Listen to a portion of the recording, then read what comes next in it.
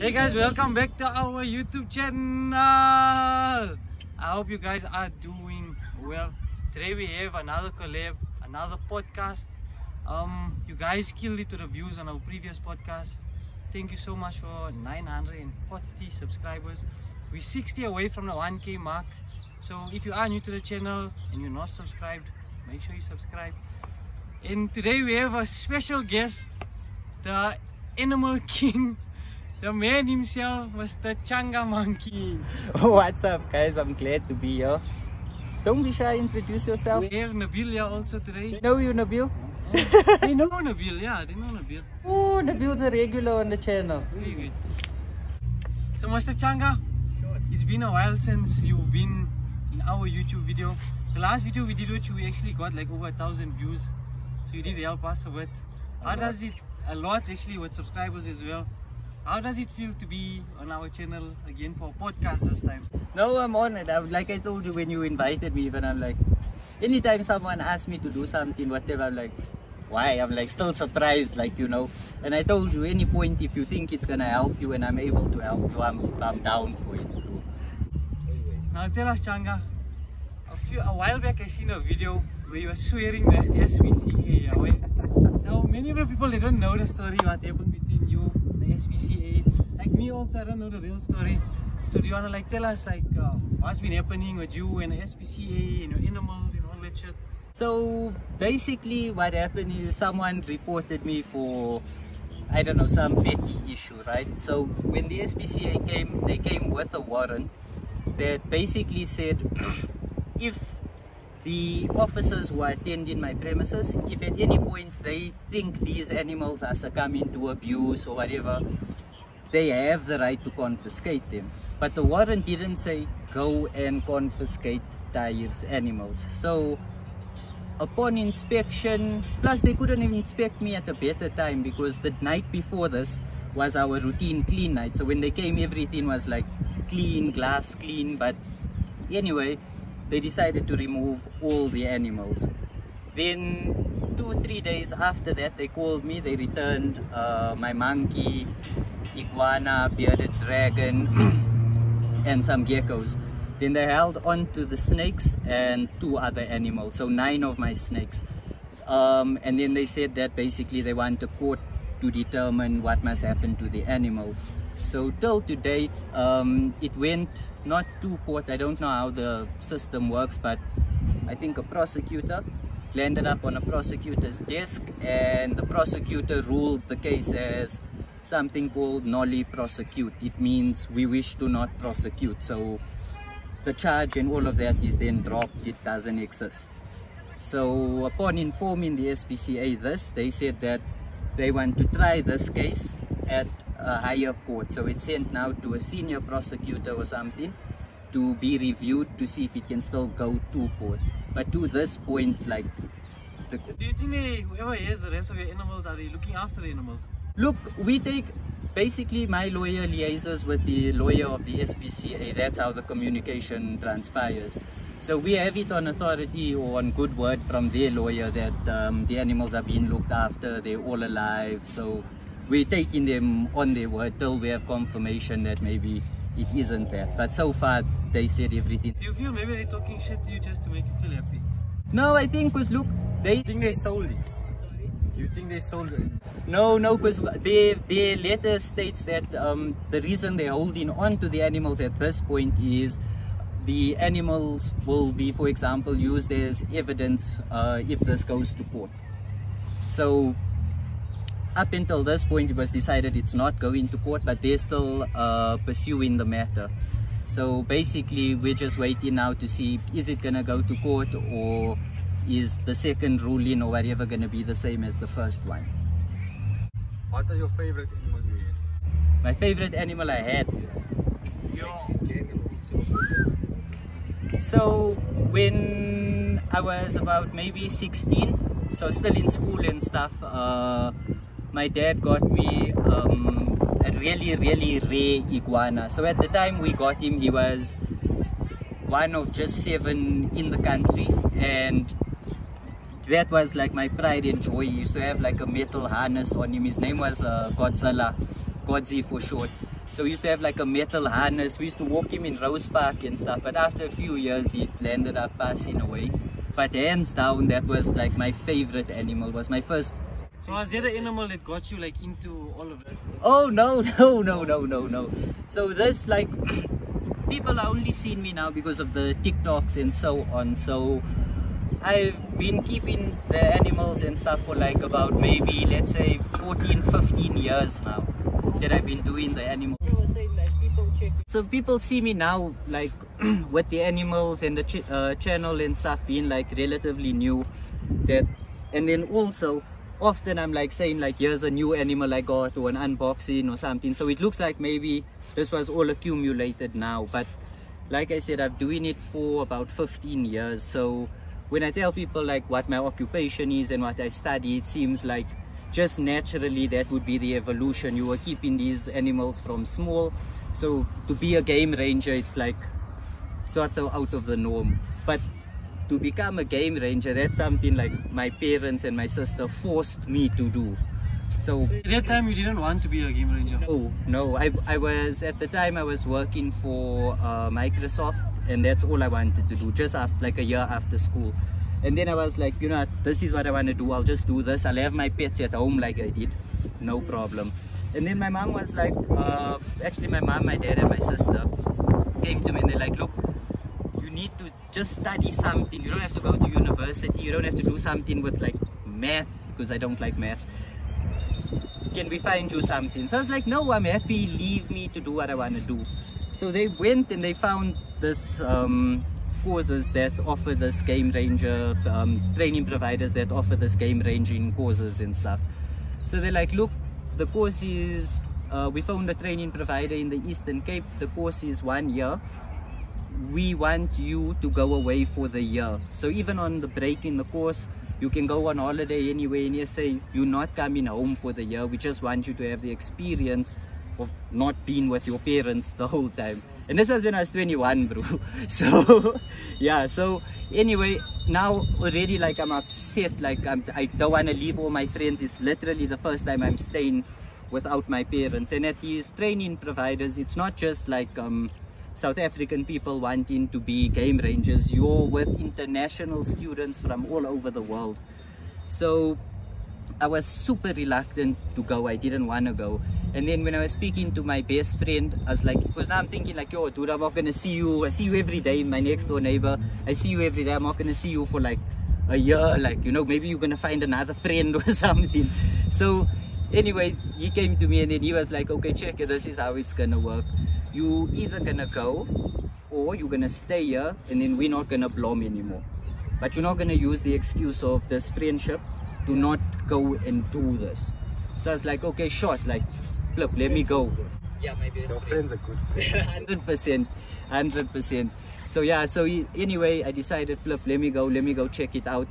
And even my parents told me, when you leave from here, if you get there and you decide you don't like it, don't cry to come back, because like I'm a mommy's boy, like I will, you know, we Indian Owens, you know. It's like something, the wind blow in the wrong direction, ma, it's how it goes. So already now I'm living here like with Tahir mentality, bro. Like we get in there, it is a year-long party, I don't care. And when we got there, I checked like, okay, sure, everybody's here, it's like a bit of a serious thing. We go in to check animals. Now it's my first time going on a safari. And I remember sitting right at the back of the safari vehicle, and it's the first antelope I'm seeing now, and we see some kudu. So now there's international students, local students, so of course I can't be shown up in my own country. So already we see the kudu like maybe from here 70 meters away. I know it's a kudu. So the whole way back I'm just saying like kudu, kudu, like, you know, so everyone know when we got there. So as we pull up next to the kudu, then my trainer Kyle turns around, says, so everybody, this is an impala, this is the most numerous antelope we have in South Africa. Oh shit, because I just heard names on National Geographic, bro. Like whatever I know today regarding wildlife, lions, conservation, it's all learned. It's all learned. Then what you guys have seen with the snakes and the exotic animals, that was like my actual passion, the having of the animals. So right now, the first thing I done after my first week and then coming back home after studying is went, hugged my parents, told them I love them, because like to anybody who's, let's say, still young and you're still challenging your parents on your life choices, sometimes they can see something that is for you well before you can see it is for you. Like looking at it now, you can see that okay, Tahir liked animals, so it's a natural progression that he'd like being a game ranger. But I told you I had to go learn that stuff. Like if you came to me when I was 20 and you said, Tahir, you have to save rhino, bro, I would have told you to F off. Like I wasn't inclined to that. My mind was never, how can we save South African wildlife, or is it even endangered? Because it was nothing we were shown as. I mean, growing up, we didn't do, my father didn't have a farm, we didn't raise bok and stuff. Like when you're on these training courses and you see the Afrikaans guys, you can see they grew up with us. Their fathers have been farming these animals. It's like I seen an Afrikaans guy grab a kudu with the big horns just to show the others that like we farm with this. It's like, yeah, it's hectic, bro. So to come from like me not wanting to do this, to challenging, to actually having to study the stuff, to like where I am now doing the next phase of my studies, it was a good progression, and I'm grateful for my parents and my sister putting me on that path. None of it was Tahir. Tahir went and did what was prescribed to him, and then by the grace of God landed up liking it and being semi-good at what he's doing. So you don't do any stuff with like lions and shit like that? Because I seen there's this one guy also, he comes up on my TikTok like quite a bit. I can't remember what's his name, but he always plays with this one lion and like he's always. There's one dude with a Thai guy. Is he a Thai guy? Yeah. I think, yeah. Is he a white guy? Sheldon. Yeah, same one. I think Sheldon works at the Lion and Rhino Park. So he has. So you know him? No, he's famous on like in general, like in the animal community, because he's working with lions, and I think his lion's name is George or something like that. No, I have seen his stuff, but I've been, the past 3 years, I've been working at a facility that specializes in lion conservation. So basically what the organization does is they raise up funds, and then with the funds that they raise, they then buy land on existing game reserves. So say Rose Park is a game reserve, the fence is our border. We now as an organization have raised enough money to buy the property across the street. So we buy that property across the street and the neighboring house. We then drop these fences and we drop that fences. We've now expanded this already existing game reserve. So what we were doing is creating more habitat. So it's like, if you look at it from the outside, lions were the focus, and that was the driving factor. That was the animals that help us draw in those donations. But part and parcel of expanding a game reserve is that when you open that land, lions is probably the last thing to move in there. But inevitably, you've just now expanded it for every other animal, because impalas and stuff that are being chased and preyed on over here, eventually are gonna run there and realize there's no one hunting us here. And over time, predators are gonna realize there's a scarcity of prey here, move into the area. By the time, it's years and years and years of this area being open before animals make their way into it and feel safe around it. By the time that area is, let's say, colonized by animals and they've moved in, we've already raised enough money now to buy then the rest of Extension 5. For example, drop every house's fences, drop the fences of this, and then we continue expanding, making the game reserves grow. So that was what I was doing for the past 3 years. Would you ever give up working with the animals to concentrate on social media? Well, look, for me, it's on my side, it's a double-edged sword in a way that it will be both good, because if I stop working with the animals, it just means I've stopped working for someone with animals. But I'll never stop working with the animals, because I'll always have my own. So if I left working, let's say at a game reserve or sanctuary, to focus on social media, where it's predominantly my job, no, then I'll have to step up my game and stuff. So I'm still studying. That's why all my videos is at home and everything is relaxed, because I'm gonna make the switch to YouTube, but obviously to keep posting your animal content, but on YouTube. Yes. Would you feel like to post longer videos It's more tiring. Let me like explain to you my whole thing, how I view myself in the social sphere, right? Many of the animals that I just happen to have access to, the general public might not have seen.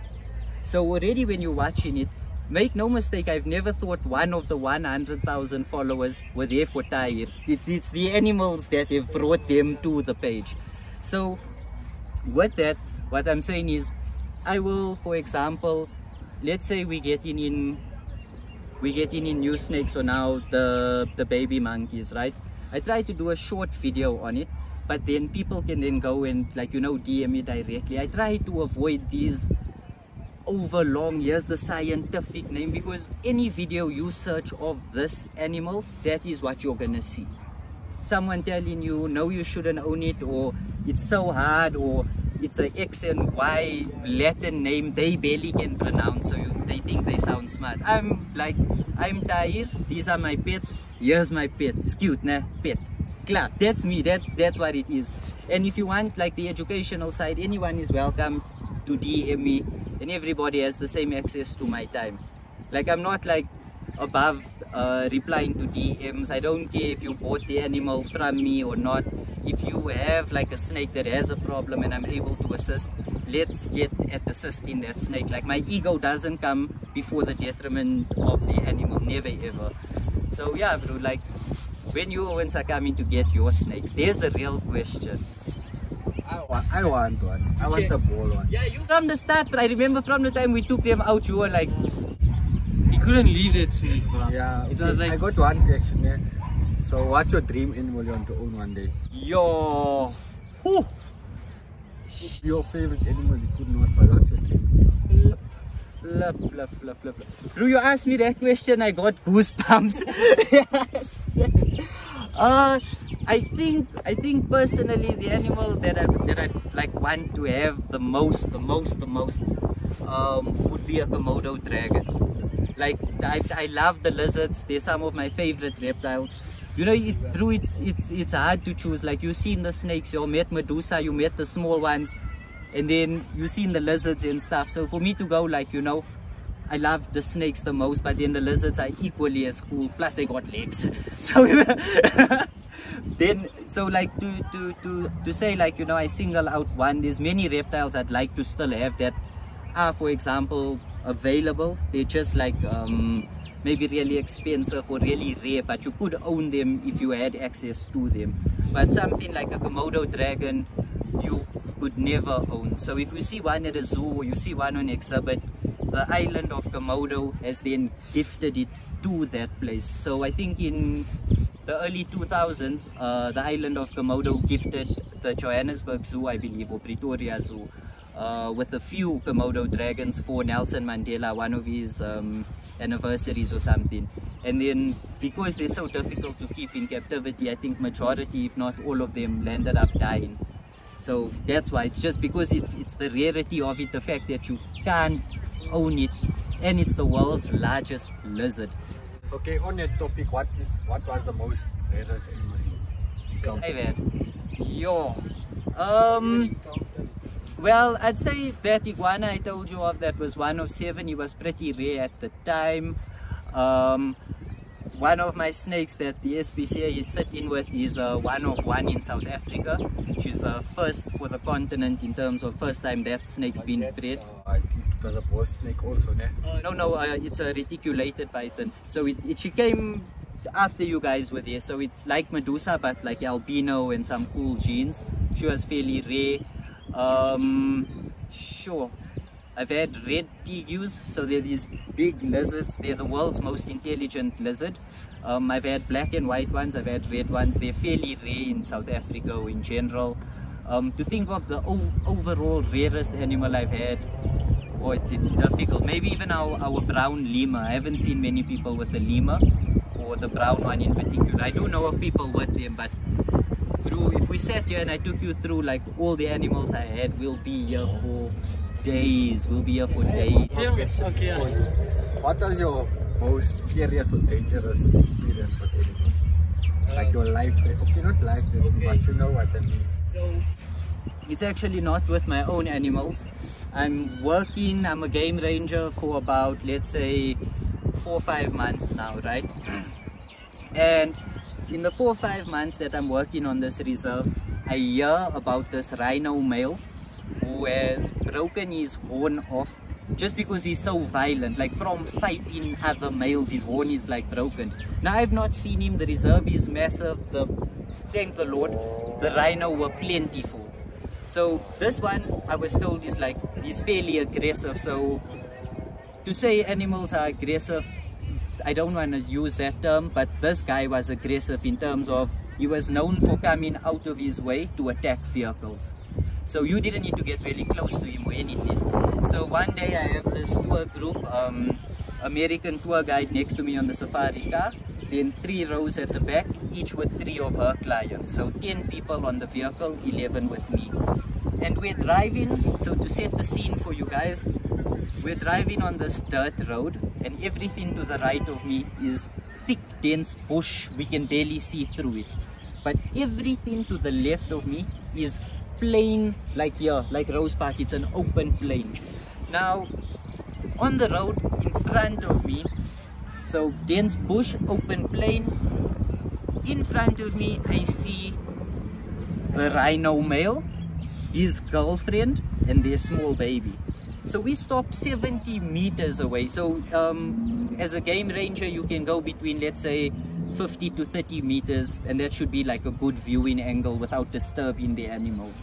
So I said, like, you know, because this is definitely the guy, I can see the horn, I can see his size. We stopped 70 meters away. So I'm like, okay, perfect. We stop. I'm just checking him first. And now they continue feeding on this open plain. So they're on the road, but on the side where it's open, I can see them, the 3 of them. Now we're sitting there so long, I get comfortable. So comfortable that I now said, okay, I will sit on the dashboard of the Land Cruiser and face the guest. And we're talking and we're talking. I look over my shoulder and we see him and we're talking. And I turn around and it's only the mother and the baby. So I asked everybody, like, where did he go? So they said, oh no, he walked off into this thick bush. So I'm like, shot, what we're gonna do is we'll go past mom and baby, go around, or if not, they'll follow him and we'll go around. He's probably walking off to this watering hole just behind this thick area. Now we're gonna check rhinos drinking water. As I'm getting ready to start the car, this rhino now comes out of this thick, dense bush, 20 meters in front of the car. And I can see his posture and everything is now walking towards us. So, tell everybody in the car, like, just don't panic. So before I can even start the car to reverse, the rhino does a full-on charge to the car, full-on charge, and he stops maybe so far from my bumper, right? So anyway, the tour leader of the people is here. My hand is in a fist, so everybody knows, like, stay.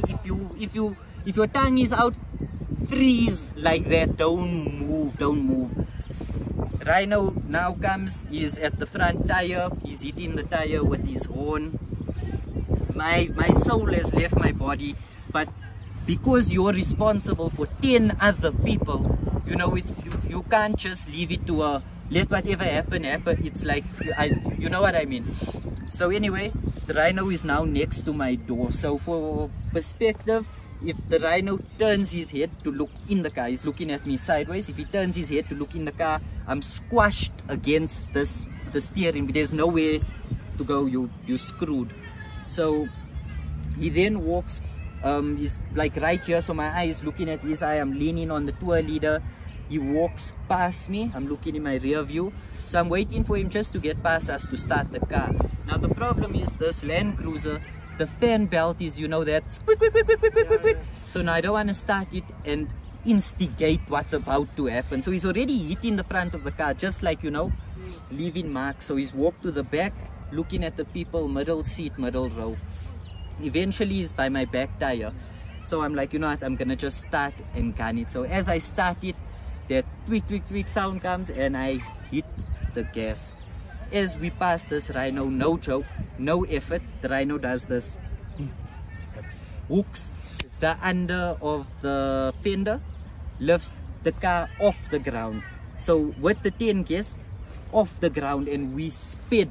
All you hear through the squeak, squeak, squeak, and this Land Cruiser's is this through all of that, of this old chasing us, bro. Now I'm done in. I passed the mother. Small rugby ball baby of a rhino. He's chasing us there also on the side. The best part about the thing is I have a video of the incident taken by the guest in the middle seat, middle row. Like, I even have goosebumps describing it to you guys, because like I cracked, you know. That's the closest I've come to a rhino, and the closest I've come to having an animal potentially kill me. Like, yeah. But now tell me, now that you got all the animals here by your house, like most of the animals, right? In this few, like, couple of years that you've been having it, has any of the animals like got out of the house or like got lost maybe in... No, so we did have a thing with Medusa. So Medusa came out, she came out of a tank. So for any of your viewers who's maybe not familiar, Medusa is one of my pet snakes. She's about... Do you ever go back, but or does the SPCA have them? They still have her. So she's about 4.2 meters and I think just over 20 kilos. So a very big snake. And we have them in the reptile room that's completely sealed. So the day I was filming with this lot, when they left, I didn't close Medusa's tank properly. So Medusa came out, and because of the sheer length, size and weight of this creature, her milling around the room, she broke lights, she broke my mom's sewing machines, she crawled on top of the cupboards, she broke... Wait, that was the day when we filmed our video? Yeah, the day you filmed your video. You're left. The next morning, the whole room was messed. Everything was messed, broken. She broke like 2 storage units inside of the room, like broke the shelves because of her weight. Yeah, but like nothing where the animal was lost and we never recovered the animal. No. Fortunately, touch wood. Yeah. So I don't know if most of people seen, I don't even think Khalil seen that you're in a music video once, right? He doesn't know. So I actually saw it because of your WhatsApp status, like the link was there, right? I'm sitting in the car. Yeah, sure. So tell me, how did you manage to get... Who was the artist? Yeah, who was the artist? So it's up and coming artist. His name is Lincoln. He's trying to do his own independent thing. Spotify, like, or SoundCloud rapper. So he's he's trying to do this own, like, release his own album and stuff. So I believe he was in a group or a musical group before. He's trying to make like his break in the music industry. So he reached out to me basically. I think we had a mutual friend. I don't know if you know Ty Skillist. Yeah. Tyre. So because Tyre is big into music production and so on. We seen him on TikTok. Sure. So he also got cancelled, I think, once because, well, that time I saw a video about with underage girls or something like that. And I seen the comments were wilding on the video, and then I think a few days later that's when his account got banned that time, right? Then that was the last. But I only even like carried TikTok for like a month or so. It was funny. He was, yeah. And he's back with, I think he got a new account. But you see the thing with Tyre is, because he's like a rapper, this generation don't understand when he's parodying Eminem, in particular Slim Shady. So he made some jokes about like kicking a pregnant woman down the stairs. We would never advocate for that. But if you're aware of Eminem and his lyrics, that is by far not the worst thing the guy has said. So he just did a play on it, and people seeing this video is now taking it as this is Tyre saying this is what he would do. So it got hell of a out of context. But nevertheless, this dude then reached out to Tyre to find out if he could contact me. Got my contact information, and then he said, look, I'm shooting a music video, up and coming. I'd like to use your snakes if it's okay. So I was like, sure bro, I'll help you, no problem. You just come get me, because we're filming in Centurion. So the video you seen me in is not actually the video I went to shoot. So we got there and it was a very different, it was, well, yeah, it was really not like so. so anyway, like I had no briefing on what was about to happen, right? So Khalil, we walk into this place, it's a It's a old rundown restaurant, a vacant restaurant, and we're walking through the restaurant now. No lighting, nothing. It's vacant. We go through the back to where I'm assuming their kitchen area used to be. Fairly big restaurant. And I walk into this room, and on the floor in blood is that devil's pentagram, flippin' Satan's head. The whole video is a satanic video. Like, I'm here now, the people drop me, I check. Oh, this is it. They didn't explain to you what's gonna be. No, nothing. Nothing.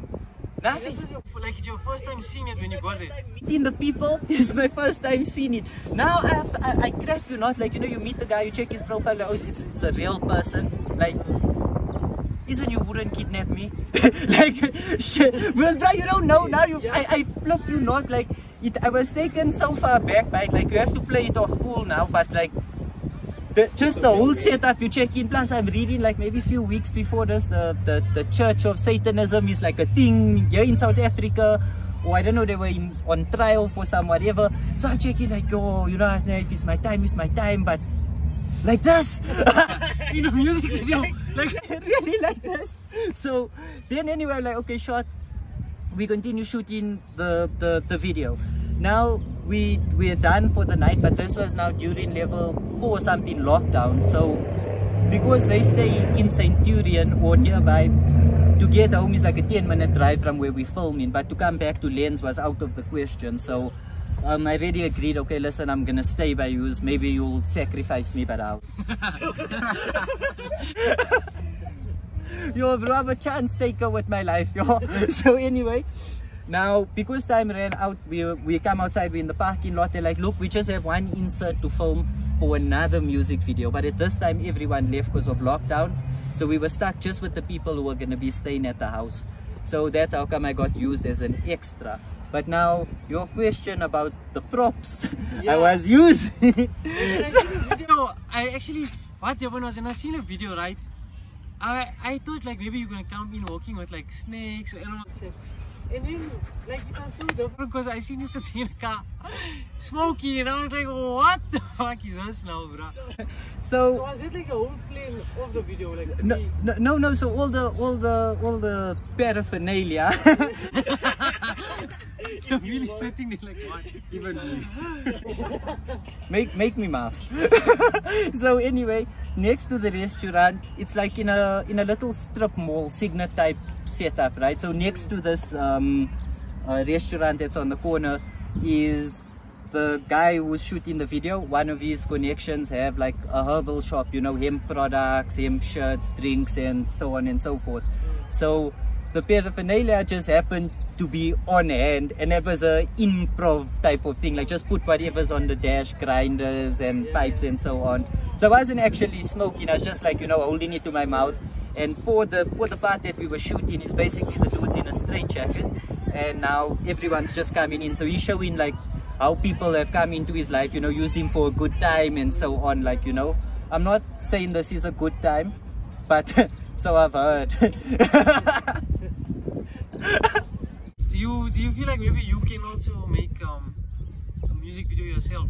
Like, would you ever, like, you know? Oh no, you're not ready for my mixtape, bruh. Like, you know, it doesn't, right? Because we also at one stage we planned, we said like, you know, maybe we want to start. Can we be in a group, Owens? Can we be in a group and we call ourselves Changa and the Monkeys? That's a good one. But actually, I was speaking to, I don't know if you remember Moose. Did he come also to the house? Yeah. Yes, I think so. He was wearing a basa top. Yeah, glass. Oh, Chochi. Yeah. So he actually, he makes like songs on the sideline also, right? But he doesn't ever put it out. Like, he sent it to me. I don't know. It's very lyrical. Yeah, it's very lyrical, right? And even once I did ask him like, hey, like maybe at like a milestone, would you ever do like, you know? Because like, I mean, you see on YouTube, like, there's gang YouTubers that they change and then make maybe like one song just for something different, right? Sure. So I even asked him, would he be down, like maybe if we hit 1K subs or something like that. But obviously we'll see now when we do hit 1K subs, like what he got planned. But on your side, like for you, for your fan base, would you ever make a, like, do a song or anything? I personally, I wouldn't know, but like, if Wade and Ben ever reached out to me. Wait. Wait and hit me up, bro. The guy knows I love him. I just rag on him all the time, but he's hell of a sharp. The music, the thing I realized about like making this TikTok, there's some things I picked up just doing the content that I do, being able to see from what I put out what trends is. For example, you do a song, you put the song out, and it vibes, it can vibe even, let's say, 6 months. But what that does is it dates every single video that you do. So the second the sound comes up, it resonates that it's a 5-month-old thing. But my videos of me talking about the animals is, if you watch it now or you watched it last year, it's not dated because it's just information about this animal which more or less has not changed in the making of the video. So that's why I try to stay away from trends, even though, like, bro, you could hop on one trend, do it wrong, and the next thing you at odd millions. It's sometimes that video you think I shouldn't post, or my worst video, or this is definitely gonna flop, and then that one lands up going. Everyone says that. So far, like, True, bro. Because the problem with that is when you put that video out, people see it and they love it and they laugh, and you are usually too hard on yourself because you checking them, but then the Owens will check me and I'm like this, and you know the Owens will say this. But at the end of the day, fuck the Owens. At the end of the day, klar. That's the thing, bro. If everybody was hiding because, I mean, like, had to go with what they think about themselves, we'd have no content on the net. If we let every hate comment or someone who came and said, hey, you stupid, you know, really affect you, you wouldn't. How would you deal with the hate? But because some people hate, I love my hate because my hate is like always superficial. Like someone will come and say something, like, never hurt me. It's just like, okay, it's a bit hurtful because they'll say like shit like, yeah, 2004 call, they want their hairstyle back. Like, you know, like, get away, your children. What's wrong with you? Talking about comments, right? Are you really gay? I'm not gay. I don't know why the people say. I see a lot of comments saying that you're gay. My tani, bruh. Like, I don't know why my tani even keep asking us, ma, I'm not gay. Say, but we don't see you with girls. I'm like, you'll never seen me with guys either. She say, that's gay behavior. I said, I've seen a few comments, like in some videos, like as you read comments, then you'll see that one comment like this, oh, he's gay, or he's acting sus, or some shit like that. So I just want to know, maybe I can start even my rap career now, bruh. Say, what can I start now? 2021, and it's okay to be gay. I'd rather be gay than fuck with the SPCA. That is a mixtape coming soon. Do you have any questions to ask us? Yeah, bro, how do you look like that all the time? Me, I'm not going to the gym till I'm built like you, then I will go to the gym, yes. Well, I jump every day, basically. Fuck, how long are you actually at the gym? Last year and this year was my main years. Last year I dieted, even this year I also, not dieted, but I took it very seriously. 5 times a week, almost 2 hours. But I didn't do legs since May because I went through an operation. I had to go get my ACL reconstructed and shit like that. So I wasn't. Is it a ball from a, was that from a ball injury? Yeah. Oh. I tore my ACL playing soccer. But my upper body became good because, like, from May I've only been doing upper body. Chest, triceps, back, biceps, abs. Only recently I started doing calves. Before you went to gym, were you already like? I wasn't really dead. Stick, like stick. I'll tell you when you stick. I wouldn't even lie. Look at me, bro, I'm stick. Next question is, when are you joining the gym? I used to go gym, I used to actually see Khalil at the gym, ne? I was dead, to be honest. It's just consistent. I'm very consistent and hardworking, and I always push myself to do heavy. And I jump a lot, basically. And chow-wise and food, well, how much will you say is your diet playing into your physique? What you chow? If I have to diet properly, my body will get 10 times better. It's just you eating what you want and going to the gym. Yeah, I eat like 4 times a week shit food, and then twice I live like vegetables, like chicken and all of those things. But mainly I eat shit food. So you I feel like it's good genetics and fast metabolism, so I don't pick up any fat, but also hard work. I suppose it's a consistency. Do you manage to pull more cherries with the, like, get the physique? Pull cherries, guy, you a monkey. Yo, If that worked, if that worked, would I have the whole comment section saying, "Are you gay?" Did you ever use one of your animals to get one cherry? No, I obviously use his snake, but like gang times, like I've told girls, like, come home, I'll show you my 3-meter python. I bring them home, I show them the 3-meter python, like, damn, we came here for nothing. I got no space for anybody.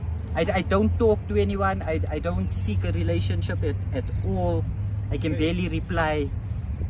It's not like, don't ever think there's girls in my DMs, but like I'm not pursuing anyone, and then vice versa. There's only Owens in my DMs. Play with these snakes.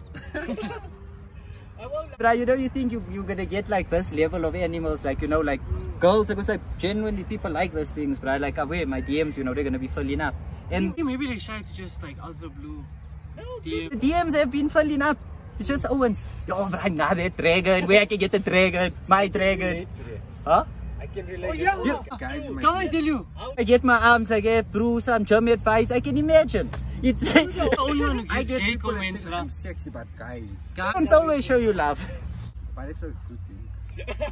So question is, are you gay? But Me? yeah, because you get gay. They say, look, don't quote me on this, but from what I've heard is that if like you're a straight person and a gay guy says to you, you're attractive, it really means you're quite attractive. Oh, Khalij. Khalij. Right, Changa, what would you do if you found a penguin frozen in the freezer? Bruh, I'm be upset, can I tell you one time? We were in Cape Town, probably about 2010. So we were on like, I think it was called Boulders Beach or something, right? Now anyways, my first time in Cape Town, my first time seeing penguins. So now, I'm gonna get the penguin. So I'm chasing this penguin on the beach, bro. I'm chasing him. Chasing. Run eventually. As I grab the penguin, one of this guards of the penguins comes out from one of those boulders and says, "Hey, drop the penguin." Now I'm telling the lady, you seen me chase this thing for 20 minutes? Now you're saying, release a penguin. Where were you all this time? I'm gonna keep this penguin. Here's my tiny big, leave the fucking penguin. I throw that penguin, bruh. So when it comes to a penguin, if I found him in the freezer, I'm gonna be a hell of a upset because I brought him home to look after him. Now I actually like penguins. Like I want either a penguin or a turtle. I smart him. yeah, I love a lekker, but I check like you can't keep a penguin in a freezer. You have to be realistic. You need like a chest freezer or something. The deep freeze, so at least he can stand. Here's another question. Would you rather fight 100 horse-sized ducks or one duck-sized horse? One duck-sized horse. Yeah. Okay. So back to that, nah. At my 3 years working at the lion sanctuary, I was also an animal butcher. So I've cut up like everything from giraffe downwards, like skin cut. So I know a duck the size of a horse. Where guy bro, I'm gonna be chain everyone kurbani. Just another random one, right? How would you explain the color red to someone who is blind? Yo. No, but They can't see. They can't. How would you explain the color red to someone that... I don't know, I would say like, I'd let them lick a fireball and I'm like, the color looks like this thing tastes. Figure it out. Because there's different degrees of blind. I have two cousins and both my first cousins, but both at different. One was born blind and one was went blind after a few years. So for example, the other one, she remembers everything and whatever, but my other cousin, when speaking to her, it's not to say that she knows what's colors, but I suppose because colors use so much to differentiate things, in their mind there must be something that is replacing that in terms of like how can I say, a memory receptor or something. I'm not sure, because you know what they say, like the other senses increase, so I'm sure to compensate for the fact that she can't see or whatever the case is, to distinguish. But to be able to distinguish color is important. Like it's Can I say a dark joke? Am I allowed to? You can, I mean... I'm saying something next. You what? Wait, let the view say first. Okay, you say it first. Come say. Okay, Come sit down in the camera. Come be professional, legal. what's wrong with the sentence, okay? So a penguin and then polar bear are in Antarctica. What's wrong with that sentence? Because I think the penguins only occur in the South Pole. Okay, my Is that the answer? I can say my thoughts. What? Is that the answer? Penguins and polar bears don't live together in the sun. So penguins, Southern Hemisphere, and then Northern Hemisphere. My dark joke is, why does Chinese kids hate Christmas? Because they're the ones making the toys. You can leave it out, you can put it in, but it's from TikTok, not from me. Don't cancel me, please. I love Chinese people, like I watch anime all the time. I watch Asian. You watch anime also? Yeah, that's Japanese, you racist.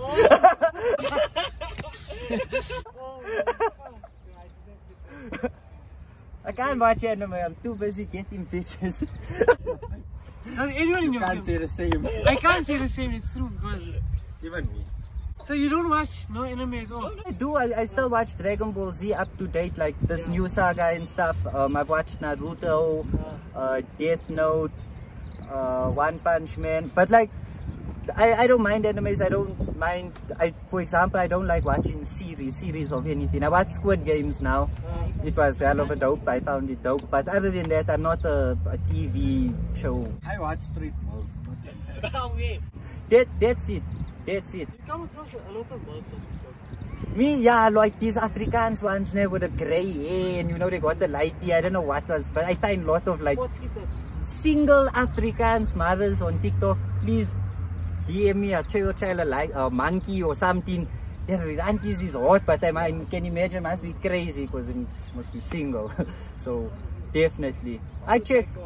Sexy, don't you think? Yeah, like look, kinky is sexy, psycho is crazy.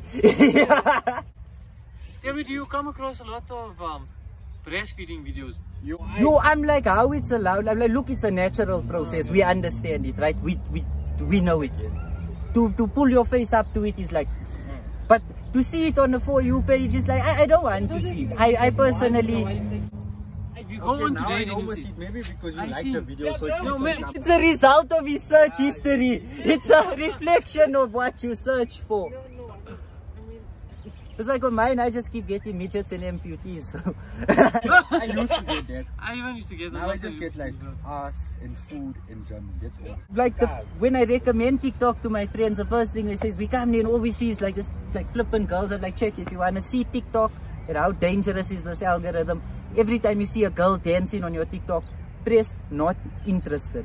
Then continue liking what you will like, and then you will see this app will pull videos from I don't know where, bro, and show you like top content, like the worst of TikTok basically. You know, just a stupid image with a bass boost and you break in. I don't know. That's why TikTok, I find it so fun, is because with YouTube, like I was telling you, where YouTube is now, for someone trying to start YouTube, it's like me saying, I'm not gonna go to the gym till I look like Khalil. You know what I mean? The people that's there already are at a physical spot in their life. So the people who are already on YouTube, they've got smart cameras, they've got this editing stuff, they're paying for Adobe. You know, there's work. Yeah. Now us, our grind from zero subscribers to like 940. We've literally been just using our phones, and we've been using like one app from the place. That's it, bro. And that's the thing with TikTok. So that's what I like, is like whether I have a platform where I was big on YouTube, when I'm shooting a TikTok, me and some random child with his mother's phone, maybe it's not the best phone in the backyard, we have the exact amount of chance to go viral. The fact that TikTok shows your content to people who do not follow you first is like what helps it get along. Because sometimes you'll find like maybe the video got let's say 100,000 likes. When you look at it, it shows you 99% of all that engagement came from the For You page. So barely anyone who follows you seen it on that following section. No one really goes in there. Fine. Okay guys, that is it for our podcast today. If you guys did enjoy today's podcast, don't forget to like, subscribe and turn on post notifications. Don't forget to share the video. We are almost at 1,000 subscribers. Don't forget to follow Changa on TikTok. He recently hit 100k followers on TikTok. Follow Khalil on TikTok at Khalil Appeal. Follow myself, Khalil.papa. Unfortunately, you cannot follow Nabil on Instagram.